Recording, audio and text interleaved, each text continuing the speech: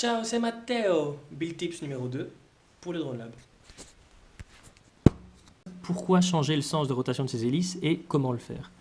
Alors, c'est quoi le sens de rotation des hélices normales? Eh bien, c'est celui-ci. Donc les moteurs vont tourner dans ce sens-ci et auront la particularité extraordinaire d'encrasser la caméra, ce qui m'énerve beaucoup.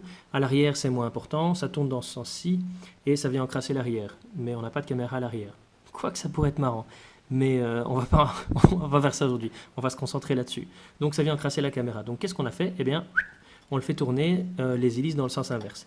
Ça ne change pas les caractéristiques de vol. Tout ce qu'on va devoir faire, et là je réponds au comment, c'est inverser deux fils sur les trois au niveau des moteurs. C'est pas plus compliqué que ça. Donc ça va le permettre de changer directement. Les débutants, faites ça, c'est un petit point de soudure, il n'y a pas de problème. Si vous êtes vraiment feignant ou plus expérimenté, vous pouvez aussi le faire directement dans le firmware, donc dans le programme qui est au niveau des ESC, donc des variateurs de vitesse. Ce n'est pas plus compliqué que ça. Tous mes quads sont montés avec les moteurs qui tournent dans ce sens-ci. Et je trouve ça extraordinaire parce que eh bien, j'encrasse beaucoup plus rarement mes caméras. Voilà, j'espère que vous a plu, ça vous sera utile. À la prochaine, ciao. Alright, deux petites précisions importantes. Alors pour moi c'est logique, mais peut-être pas pour tous les pilotes.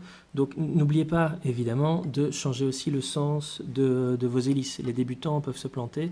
Donc si vous changez le sens de rotation des moteurs, évidemment, vous devez aussi changer de sens vos hélices.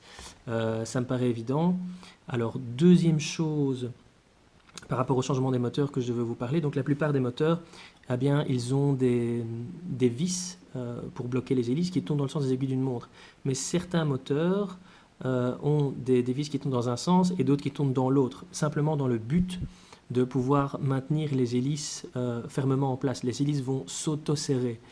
Si vous avez remarqué, sur votre quad, on a toujours 2 hélices sur 4 qui ont tendance à s'auto-serrer, tandis que les autres ont tendance à se desserrer. C'est normal parce qu'elles vont tourner dans un sens ou dans l'autre, et les pas de vis sont les mêmes. Mais certains constructeurs ont prévu des pas de vis gauche ou droit.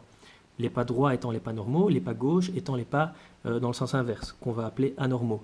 Et donc, juste soyez attentifs à ce petit détail, que si vous changez le sens de rotation des moteurs sans changer physiquement donc les moteurs ou la cloche des moteurs, eh bien vous risquez de voir vos hélices se desserrer plus facilement.